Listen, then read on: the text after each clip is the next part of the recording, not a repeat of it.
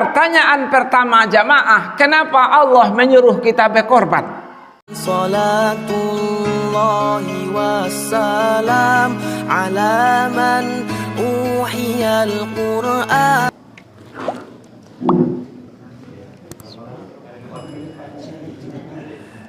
Bismillahirrahmanirrahim. Assalamualaikum warahmatullahi wabarakatuh. Waalaikumsalam warahmatullahi wabarakatuh.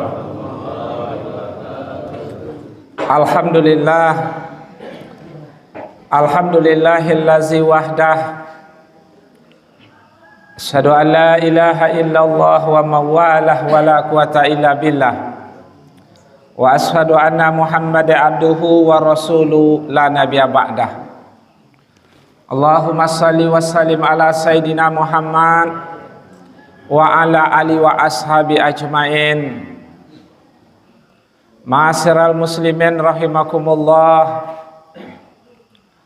Bapak camat yang sama-sama kita hormati, seterusnya kata hormat kami kepada seluruh tokoh masyarakat, tokoh adat, tokoh pemuda, ibu-ibu sekalian, dan yang sama-sama kita muliakan seluruh segenap lapisan masyarakat yang ada di Desa Sekebau Jaya, khususnya di Dusun 3, Ahlil Bait sebagai tuan rumah yang sama-sama kita muliakan.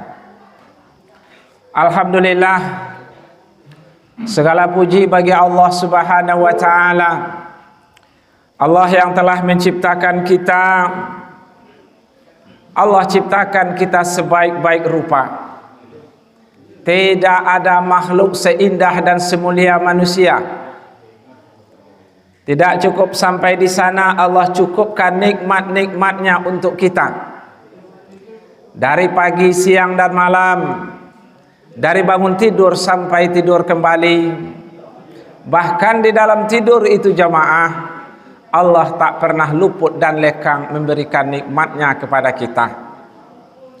Kami mengajak kita bersama, mari kita gunakan nikmat itu sebaik-baiknya untuk menggapai dan mencapai, mengundang keridhaan Allah Subhanahu wa ta'ala.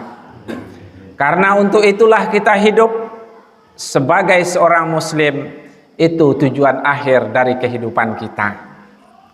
Ingat jamaah, nikmat itu tidak gratis. Ada hari, ada saatnya nanti jamaah kita harus mempertanggungjawabkan seluruh nikmat yang pernah kita nikmati. Maka sekali lagi jamaah, gunakan nikmat itu sebaik-baiknya untuk mengundang dan mendatangkan keridhaan Allah dalam hidup dan kehidupan kita. Ila anta maksudi waridoka matlubi. Hadirin jamaah yang kami hormati, dalam tausiah kita pada subuh ini, sedikit kami ingin mengevaluasi salah satu amalan kita di bulan ini atau di bulan Zulhijjah ini. Jamaah, salah satu perintah Allah di bulan ini di samping haji adalah Yaumul Nahar.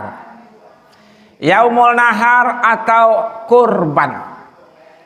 Korban berasal dari kata-kata qaraba, yaqribu korban, artinya dekat atau pendekatan.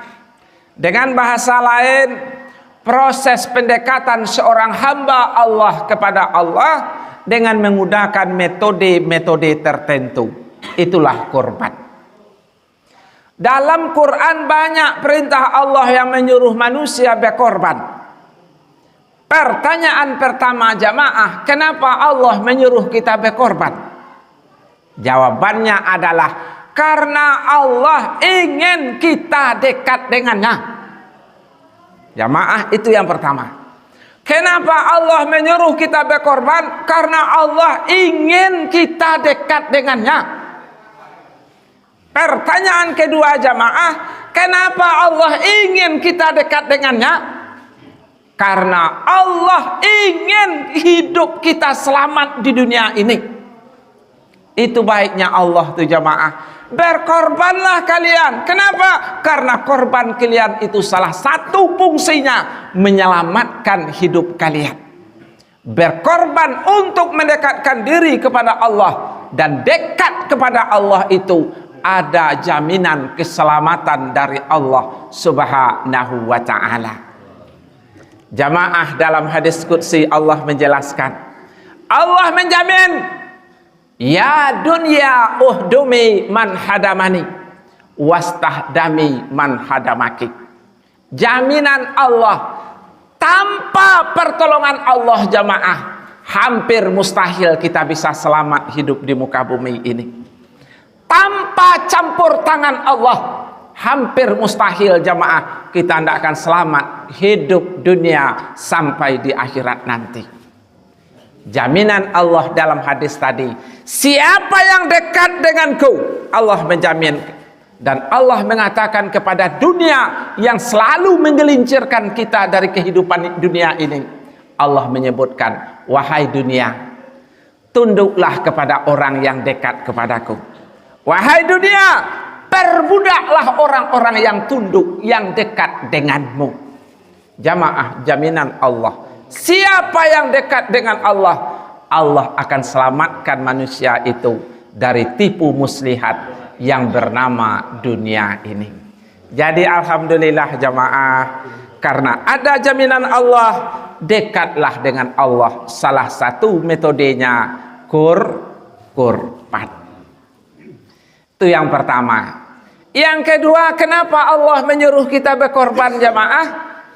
Karena Allah ingin melihat, Allah ingin mengetes, Allah ingin menguji kita sejauh mana kita bisa taat, tabah, sabar, tunduk dengan melaksanakan perintah Allah itu. Jamaah, kalau kita pikirkan baik-baik, Allah tak punya ketergantungan apa-apa dengan ibadah kita. Allah tak punya ketergantungan dengan sholat kita. Allah tak punya ketergantungan dengan ibadah-ibadah sholat, puasa, haji, umrah, kurban, zakat, sedekah, dan lain-lain jamaah. Allah tak punya ketergantungan semua itu.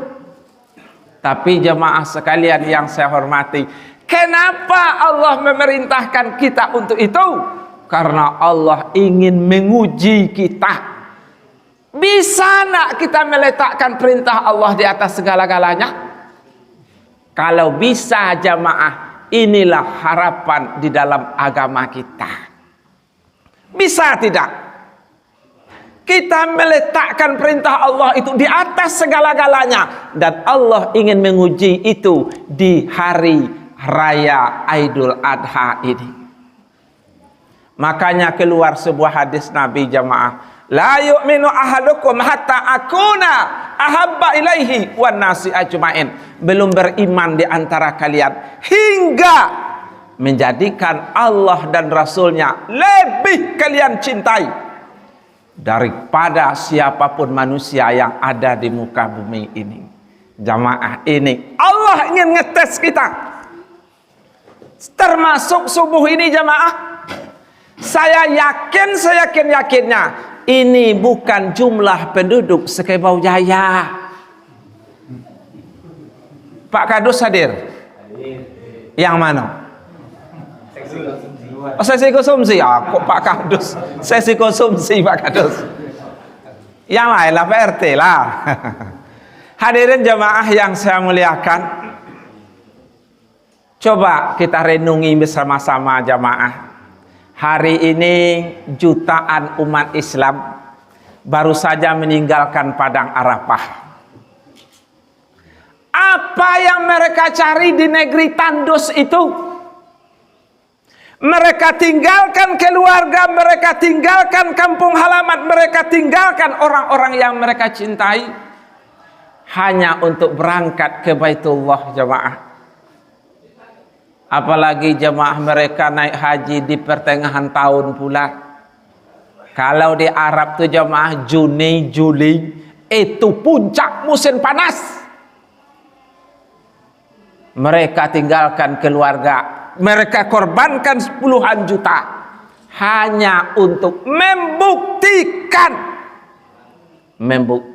kalau mereka meletakkan perintah Allah di atas segala-galanya. Mereka buktikan, ya Allah, kami betul-betul cinta kepada manusia, tapi cinta kami kepada Engkau di atas segala-galanya. Hadirin jemaah yang terhormat, kalau kita menengok jemaah ada info haji tahun ini, ada di TV One, ada 3 jemaah yang menjadi sorotan jemaah. Satu, ada jemaah dari Agam Sumatera Barat. Yang kedua, ada jemaah dari Bengkulu. Satu lagi ada dari Ponorogo, Jawa Timur.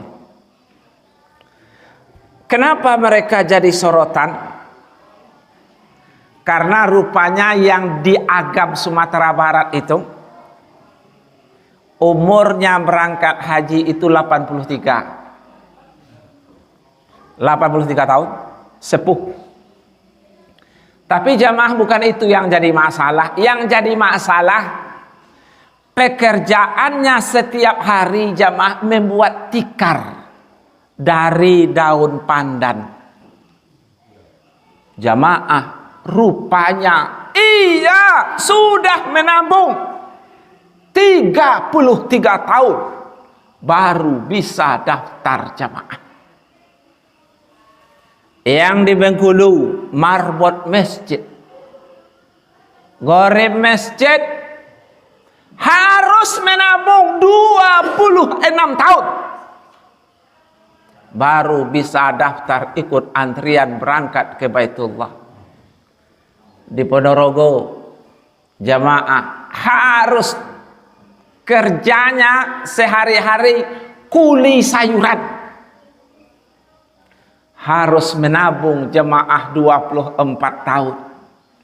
Orang kalau yang berangkat tuh yang kere, yang susah, wartawan akan memburunya, kok bisa berangkat? Maka terbukalah cerita dan rahasia itu. 3 hamba Allah ini jemaah, rupanya bukan harta yang menyebabkan orang bisa sampai ke sana. Rupanya jamaah tidak masalah harta melulu, orang bisa menginjakkan kakinya ke Baitullah. Bukan karena kesehatan seluruhnya jamaah, orang bisa berangkat ke Baitullah. Buktinya apa? Kloter pertama Rokan Hulu 372 orang, 63 orang pakai kursi roda.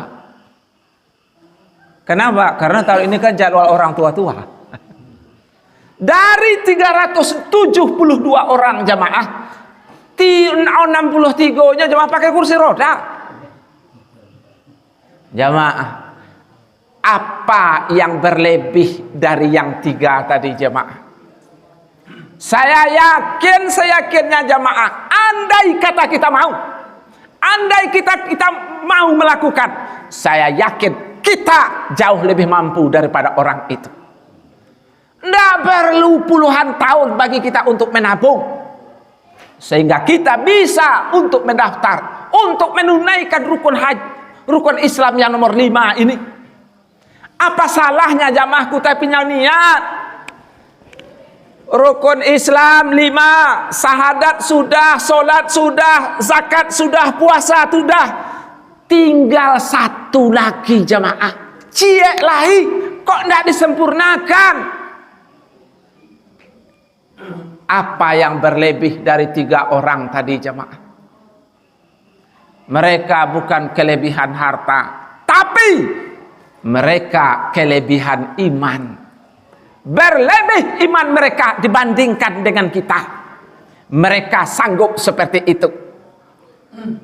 Kita jamaah kok tidak sanggup?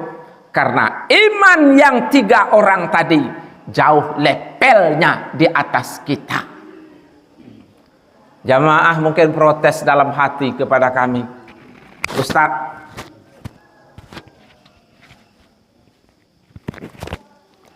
kita kan sudah beriman ini. Iya, kami beriman Ustaz. Iya, Tapi Pak, tugas beriman itu dua. Satu, beriman. Alhamdulillah kita sudah beriman kepada Allah. Mati pun kita jamaah, kita tidak akan berpisah dengan agama kita ini. Artinya apa? Kita memang sudah beriman. Apa sebabnya? Orang ayah ibu kita orang beriman. Tapi ingat perintah kedua. Dan ini yang dimiliki yang 3 orang tadi. Dan mungkin tak kita miliki. Satu, beriman. Yang kedua jamaah, perintah menyempurnakan iman. Dan ini tidak kita lakukan. Setelah beriman, Nabi mengatakan, jadidu imanakum, jadidu imanakum. Perbaharui imanmu, perbaiki imanmu, sempurnakan imanmu. Dan itu kita merasa tak pernah kita jadikan PR dalam kehidupan kita. Setelah kita beriman, iman tak pernah kita perbaiki, iman tak pernah kita perbaharui, dan iman tak pernah kita sempurnakan. Lah jamaah, ini beda dengan yang 3 tadi. Yang 3 tadi jamaah betul-betul imannya itu yang luar biasa. Walaupun dalam rukun haji itu jamaah, walillahi ala nashijul baiti man istata'a ilaihi sabila. Dan kami wajibkan kepada manusia itu haji man istata', bagi yang sanggup. Makna sanggup di situ jamaah, satu, makna sanggup secara fisik, sehat. Satu. Yang kedua, sanggup secara ekonomi. Ada bekal di perjalanan dan yang ditinggalkan. Ini makna yang kedua. Yang ketiga, jamaah aman di perjalanan. Ini makna sanggup di dalam kalimat man istata'a ilahi sabila. Tanpa 3 ini mereka tidak wajib untuk melaksanakan haji. Tapi jamaah yang lebih amat menentukan bukan fisik dan kesehatan, bukan materi berupa harta benda, bukan juga keamanan di perjalanan, tapi niat yang didorong oleh iman. Dan itu yang dilakukan oleh 3 jamaah tadi. Lah jamaah, ya punya niat lah. Punya niatlah jamaah untuk menyempurnakan rukun Islam kita. Menjelang mati rukun Islamlah sempurna. Lah, Ustaz umur kulah 60 tahun. Jamaah yang tugas awak melaksanakan perintah Allah sampai atau tidak, itu bukan urusan kita. Lah jamaah, itu yang Allah tes kepada jamaah yang ada di padang Arafah itu. Labaik Allahumma labaik, labaik syarika labaik. Ya Allah, kami datang. Ya Allah, kami datang mengunjungi, memenuhi undanganmu ya Allah. Apapun resikonya. Hadirin jemaah yang terhormat, dalam Quran kan ada kisah-kisah ikhtibar. Bagaimana jemaah kalau awak tempatkan kecintaan kepada Allah itu di atas segala-galanya. Dan kisah itu telah dicontohkan oleh Ibrahim alaihissalam. Jamaah kalau bicara masalah cinta dan sayang kepada Allah, selalu pikiran kita melayang kepada Ibrahim, Ismail, dan Siti Hajar. Coba bayangkan dek jamaah, di waktu perintah mencari lokasi di mana Masjidil Haram akan didirikan, kiblat umat manusia sebelum Ibrahim kan ada Baitul Ma'mur. Baitul Ma'mur itu di waktu topan Nabi Nuh, waktu banjir besar, itu kan masjid Baitul Ma'mur diangkat malaikat ke langit dan itu menjadi kiblat para malaikat di langit. Jadi setelah Ibrahim datang perintah untuk mencari lokasi di mana bekas pondasi Baitul Ma'mur itu dulu sebelum topan Nabi Nuh itu terjadi.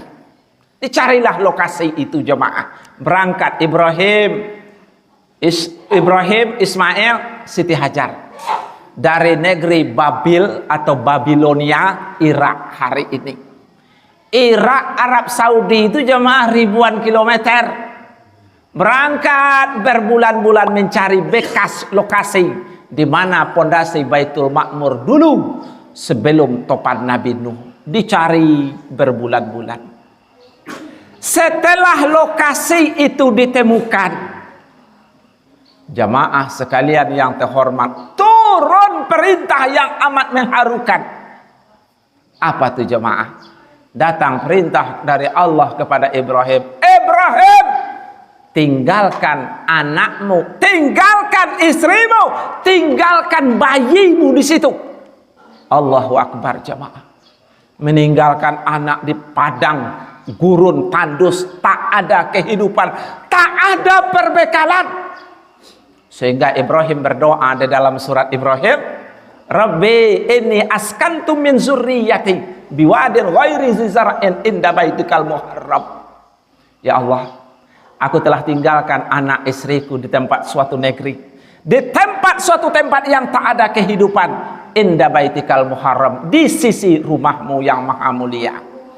Jamaah, ayah yang mana yang tega meninggalkan anak di suatu tempat yang tak ada kehidupan, di suatu tempat yang tak ada perbekalan? Di waktu Hajar bertanya kepada Ibrahim, wahai Ibrahim, apakah engkau akan meninggalkan kami di sini? Jawab Ibrahim, iya. Kenapa engkau meninggalkan kami di sini? Jawab Ibrahim, karena itu perintah Tuhanku. Kalau memang ini perintah Tuhanmu, berangkatlah wahai Ibrahim. Allahu Akbar. Ibu-ibu sanggup no digitukan? Ditinggalkan di suatu tempat yang tak ada kehidupan, tak ada perbekalan. Berangkat Ibrahim. Berapa lama berangkat Ibrahim jemaah? Sebentar, 13 tahun. 13 tahun Ibrahim meninggalkan keluarganya. Dan kisah ini jemaah berakhir dengan munculnya sumur Zam. Itu yang pertama jemaah. 13 tahun kemudian Ibrahim pulang, pergi menemui istri dan anaknya. Setelah mereka kembali berkumpul, melepaskan rindu setelah sekian lama berpisah, turun perintah yang lebih berat. Ya bunayya inni arafil manam ini asbahuka pansur maza taro. Wahai anakku, sesungguhnya Allah memerintahkan kepadaku untuk menyembelihmu nak, untuk mengorbankanmu nak. Pansur maza taro, bagaimana pendapatmu nak? Allahu Akbar jamaah. Sekali lagi Ibrahim mendapat perintah yang maha berat untuk mengorbankan Ismail, anak semata wayang. Anak yang sampai umur 90 tahun ditunggu-tunggu, dinanti-nanti. Pas sudah dewasa jemaah, turun perintah untuk mengorbankan. Sekali lagi Ibrahim membuktikan, Ismail membuktikan, Siti Hajar membuktikan. Ya abati if'il ma tu'maru satajiduni insyaallahu minas sabirin. Wahai ayahku sayang, kerjakan perintah Allah yang Allah perintahkan kepadamu. Insya Allah aku akan sabar menerimanya. Allahu Akbar jamaah. Ini jawaban anak soleh, bukan jawaban anak pintar. Lah jamaah sekalian, sekali lagi terbukti sayang Ismail kepada keluarga, sayang Ibrahim kepada keluarga, tak akan mengalahkan cinta mereka kepada Allah Subhanahu wa Ta'ala. Sekali lagi terbukti cinta Ibrahim, cinta keluarga Ibrahim di atas segala-galanya, cintanya kepada Allah. Jadi jamaah, pesan Idul Adha itu pesan supaya taat. Nah, itu tuh nyok. Pesan bagaimana mengutamakan perintah Allah. Kan jamaah protes dalam hati, Ustadz, itu kan Rasul, levelnya berbeda dengan kita. Jamaah, oke, kita ambil kisah manusia biasa. Di zaman Nabi Muhammad SAW ada manusia biasa bernama Nu'man radhiyallahu an. Aku manusia biasa. Ya. Nu'man ini jamaah manusia biasa seperti kita. Pernah suatu hari jamaah Nu'man ditinggal mati oleh istrinya, meninggal dunia. Dikuburlah oleh Nu'man istrinya. Tinggallah Nu'man dengan anak semata wayang, anak umur 3-4 tahun lah. Pulang Nu'man ke rumah. Di tengah jalan terdengar suara genderang perang, seruan jihad fisabilillah. Angkat senjata, berperang bersama Rasulullah menghadapi orang kafir. Nu'man jamaah setelah sampai di rumah tak pikir-pikir panjang, langsung jamaah mempersiapkan segala sesuatu untuk jihad perang bersama Rasulullah. Berangkat jamaah perang. Sebelum berangkat, sebelum ia pergi, dicegat oleh anaknya. Anak kecil semata wayang dicegat. Apa kata anaknya? Wahai ayahku, baru beberapa menit yang lewat aku ditinggalkan oleh ibuku. Sekarang engkau pula yang ingin meninggalkan aku. Aku mohon kepada ayah, jangan tinggalkan aku. Jamaah dilarang oleh anaknya.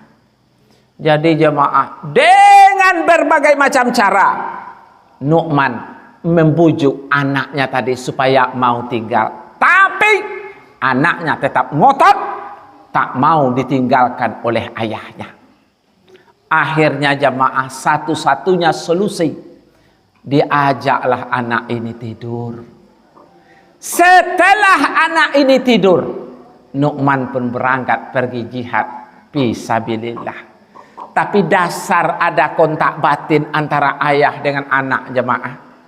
Nu'man, anaknya yakin kalau suatu saat ayahnya akan meninggalkannya. Dipeganglah jemaah ujung kain baju ayahnya oleh tangan mungil anaknya jemaah. Dipegang, ya, dipegang ujung baju Nu'man radhiyallahu an. Di waktu Nu'man mau berangkat, nampak tangan kecil anaknya memegang bayu ayahnya walaupun ia tengah tidur jemaah. Apa yang dilakukan Nu'man? Nu'man pun jemaah menggunting baju yang dipegang oleh anaknya. Allahu Akbar jemaah. Apakah Nu'man tidak sayang kepada anaknya? Apakah Nu'man tidak cinta kepada keluarganya? Nu'man sayang kepada anaknya. Nu'man cinta kepada anaknya. Tapi jemaah, cinta Nu'man kepada Allah, cinta Nu'man terhadap perintah Allah jauh di atas cintanya kepada anak-anaknya. Anaknya walaupun semata wayang. Berangkat jemaah, tinggal tangan mungil anaknya memegang bajunya yang sudah tak bertuan lagi. Berangkat jihad. Pulang tinggal nama jemaah. Nu'man radhiyallahu an syahid di medan perang. Apa yang terjadi jemaah? Nabi tahu bagaimana sayang kita kepada Rasulullah. Rasul tahu jemaah berapa kali kita berselawat kepada Rasulullah. Nabi tahu ada nak hati kita pernah merindukan, kangen sayang kepada Nabi. Nabi tahu. Sallu alayya inna salatakum tablighuni haitsu kuntum. Selawatlah kalian kepadaku karena selawat kalian tuh tahu aku dimanapun kalian berada. Nabi tahu betapa sayangnya Nu'man kepada Rasulullah. Jamaah, dan Nabi membalas sayangnya Nu'man di waktu Nu'man meninggal dunia jemaah. Setelah Nu'man meninggal dunia, para sahabat pun semuanya pulang meninggalkan kubur Nu'man radhiyallahu an. Tapi Nabi tetap menunggu kubur Nu'man jemaah. Di waktu ditegur oleh sahabat, "Ya Rasulullah, jasad Nu'man telah kita kuburkan, kita pulang ya lagi ya Rasulullah. Maka pada waktu itu jemaah sekalian, Nabi tidak pulang. Di waktu ditanya oleh sahabat, ya Rasulullah, kenapa engkau masih menunggu kubur Nu'man? Apa jawab Nabi? Aku ingin jadi backing Nu'man radhiyallahu di waktu sidang awal di alam barzakh. Aku takut, aku khawatir Nu'man tidak bisa menjawab pertanyaan nungkar nangkir. Akan kubantu dari atas kuburnya. Allahu Akbar jemaah. Sebetulnya Nabi tahu Nu'man akan mampu menjawab apapun yang ditanyakan oleh nungkar nangkir di alam barzakh. Tapi sebagai bukti cinta Rasulullah, Nabi jemaah tidak meninggalkan kubur Nu'man radhiyallahu anhu. Sampai datang malaikat nungkar nangkir bertanya, ya Nu'man, ma rabbuka, ma kiblatuka, ma ihwanuka, ma. Ditanya semuanya, seluruhnya dijawab oleh Nu'man radhiyallahu an. Terakhir yang ditanya jamaah, ma nabiyuka, Nu'man diam. Ma nabiyuka, siapa nabimu wahai Nu'man? Nu'man diam 1000 bahasa. Terakhir jamaah, karena ditanya juga, Nu'man pun memberi isyarat dengan telunjuknya, wahai nungkar nangkir, nabiku tuh yang di atas sedang duduk menungguku. Rasulullah pun tersenyum jemaah. Setelah Rasul tersenyum, Rasul baru meninggalkan kubur Nu'man radhiyallahu anhu. Nabi tahu jemaah Nu'man akan mampu menjawab pertanyaan itu. Tapi sebagai bentuk balas cinta Nu'man kepada Rasulullah, Rasulullah bersedia menunggu Nu'man sampai proses pertanyaan alam barzakh selesai. Hadirin jemaah yang saya muliakan, ya mudah-mudahan marilah jemaah momen pesan Idul Adha itu, bagaimana kita lebih taat untuk hari masa-masa yang akan datang. Yang selama ini jemaah mungkin kita meninggalkan, marilah jemaah kita mulai mengerjakan. Kalau selama ini kita selalu melalaikan, marilah jemaah untuk yang akan datang kita menjaga perintah Allah itu bagaimana kita laksanakan di awal waktu. Insya Allah dengan demikian jemaah, ini pesan-pesan dari hari raya Idul Adha itu akan kita dapatkan. Ingatlah baik-baik jemaah, kalau di muka bumi ini kita bisa memilih mana yang kita pilih, kita tahu apa ujung dari pilihan kita itu. Tapi apabila kita sudah meninggal dunia jemaah, pilihan itu sudah selesai. Kita tinggal menerima atau menunggu apa balasan pilihan kita selama ini. Hadirin jemaah yang terhormat, mudah-mudahan kita tidak salah pilih sehingga kita tidak menyesal di akhirat nanti. Amin ya rabbal alamin. Mungkin jemaah itu saja yang dapat kami sampaikan. Mudah-mudahan sedikit bermanfaat bagi kita untuk bisa menambah semangat kita untuk lebih memperhatikan dan memelihara perintah-perintah Allah untuk masa-masa yang akan kita jalan. Itu saja, mohon maaf atas segala kekurangan. Subhanallah bihamdihi, subhanakallah bihamdika, asyhadu an la ilaha illa anta astaghfiruka wa atubu ilaik. Assalamualaikum warahmatullahi wabarakatuh.